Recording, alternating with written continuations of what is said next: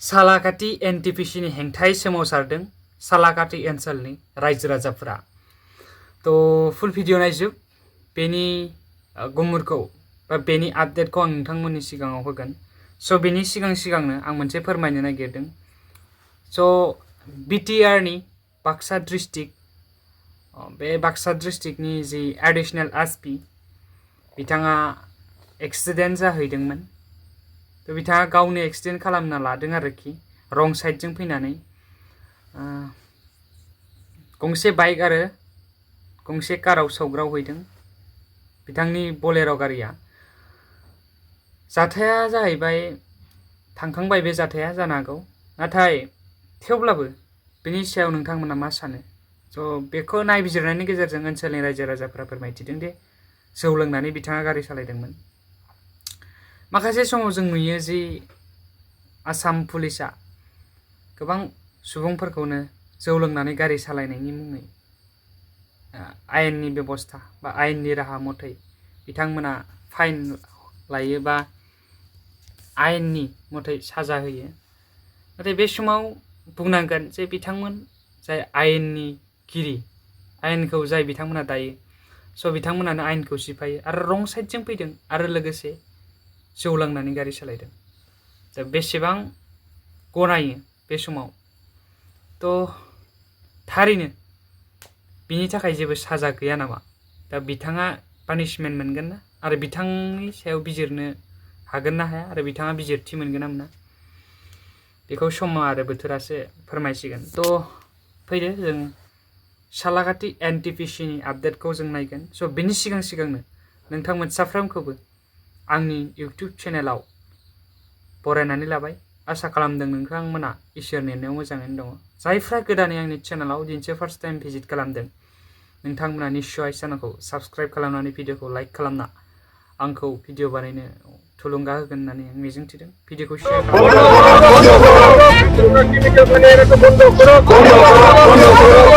गोदोनिफ्राय एथ' गिदिर ड्रेन नंखायामोन बेजों बिदि गाज्रि बुस्थु हरजालायनो। माने बिसोरो बेजों एखे बेबस्था खालामनानैबाबो बिसोर बेजों हरगासिनो दङ। आरो दैयाथ' बेहाय दौथारो एखनबा, माने मालाबा गफ्लांबा बावनो लोङो आरोखि। जों दा एसे साबधान थाबाय, साबधान थाबाबोथ' हास्लाबाना, मालाबा दरं जयो मा जयो, गावसोरनो लोंदावग्रा नालाय लोंफैयो। दा बेबायदियावनो दैयानो जेरावबो बिलोआ गैखाया नालाय बावनो लोङो आरो। दाथ' नै फागुन मास जाबाथाय दैया बावनोसै, एसेबाबो लोंगोन आरो बिसोर। बावनो उदैया बे थुमथिम जानोसै, खिख'नो हाला, बेमार जानोसै, थैनोसै बेबायदि आरो।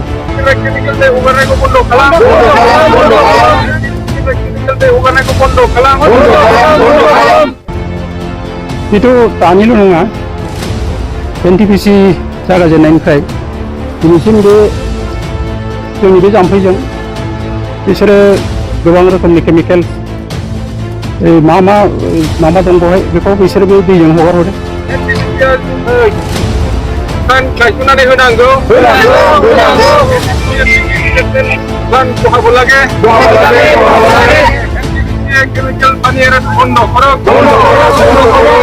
गोदोनिफ्राय एथ' गिदिर ड्रेन नंखायामोन बेजों बिदि गाज्रि बुस्थु हरजालायनाय।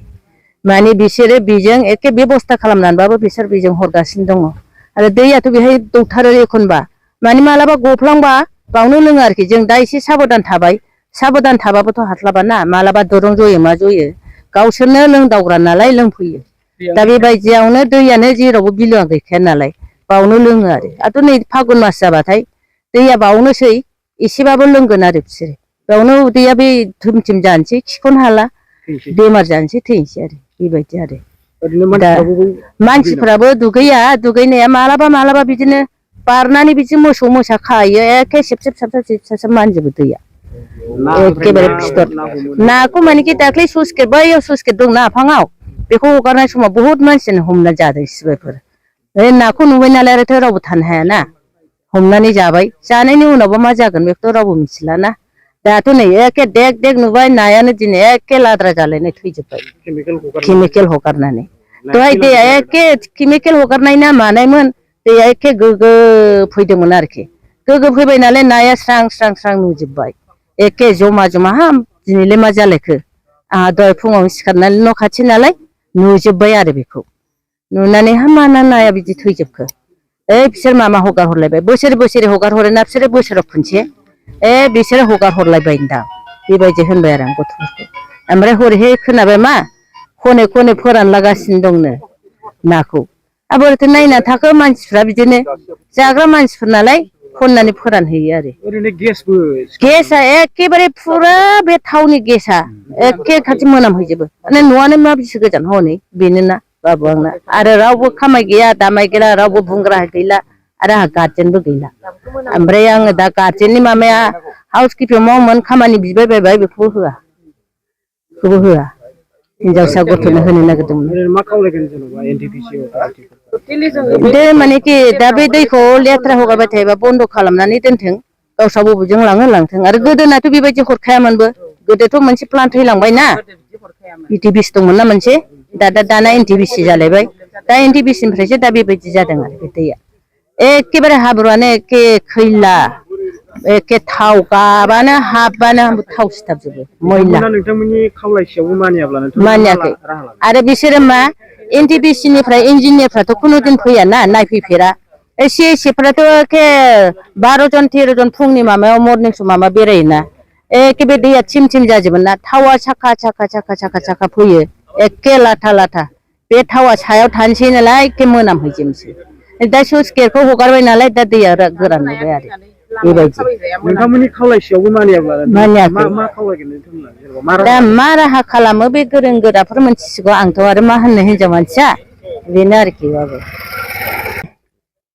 बेथ' दानिल' नङा एनटिपिसि जागायजेननायनिफ्राय दिनैसिम बे जोंनि बे जाम्फैजों बिसोरो गोबां रोखोमनि केमिकेल्स मा दं बेवहाय बेखौ बिसोरो बे दैजों हगार हरो दा बे खेथ्रआव जोंहा बेवहाय गोबां मोसौ बोरमा मानसि गासिबो माबा खथि जागासिनो दङ बिनि दैखौनो जोंनि मोसौ मोसा दै लोङो आरो दैज्लाङावथ' अभारफ्ल' जायो बेवहाय अभारफ्लाड जानानै बे माबायाव आबादाव हाबो बे आबादजों मा होनो दैया आबादाव हाबोबा आबादा खामनानै नस्थ' जायो दा बेनिखायनो जोङो एनटिपिसि अथ'रिटिजों जों ओरैनो सिगांनि मिटिंफ्राव जिरायबाबो बिथांमोना माबा फान्ड गैया फैसा गैयाल' होनो जों बेखौ सिगाङाव बुंदोंमोन कमप्लिट माबासिम मा होनो बेखौ सकासिम ड्रेन बानायनानै लांनांगौ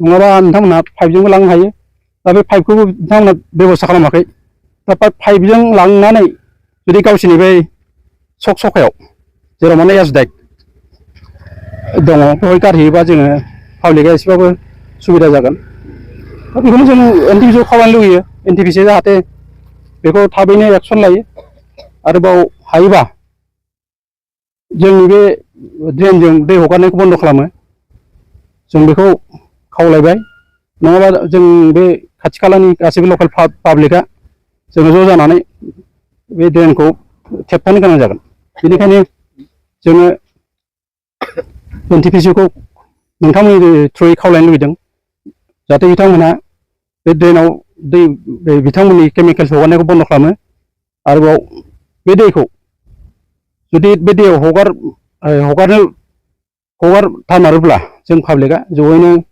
दिनै ओंखारनानै बे ड्रेनखौ बन्द' खालामनो गोनां जागोन बोसोरे हगारो ना माने बोसोरे माने बे कन्टिनिउ सालायजेननायनिफ्राय दिनैसिम हगारगासिनो दं ओरैनो मोनबेसे गामिया गोलैयो बेवहायथ' जोंनि ओरैहायथ' 7तासो गामि दं बेनिफ्राय बेयाव हरैहाय माबा दं मा होनो बेखौ नयासारा पार्ट 1 पार्ट 2 पार्ट 3 पार्ट गासैबो 13-14तासो गामि गोलैयो बेवहाय माने बे केमिकेलखौ हगारोब्ला माने जिब जुनारफोरा माने एखेबारे बेमार जागोन मानसिनावबो जागोन माइ दैयावबो हाबो माबायाव मा होनो दैज्लां समाव बे दैयाथ' बाना जायोना बाना जायोबा बे आबादाव हाबबाय बे रखम आरोखि जों बेखौनो बुंनो लुबैयो माने एनटिपिसिया जाहाथे दैखौ बे ड्रेनजों हगारालासे पाइपनि दारै गावसोरा जे माबा दंखायो मा होनो बेखौ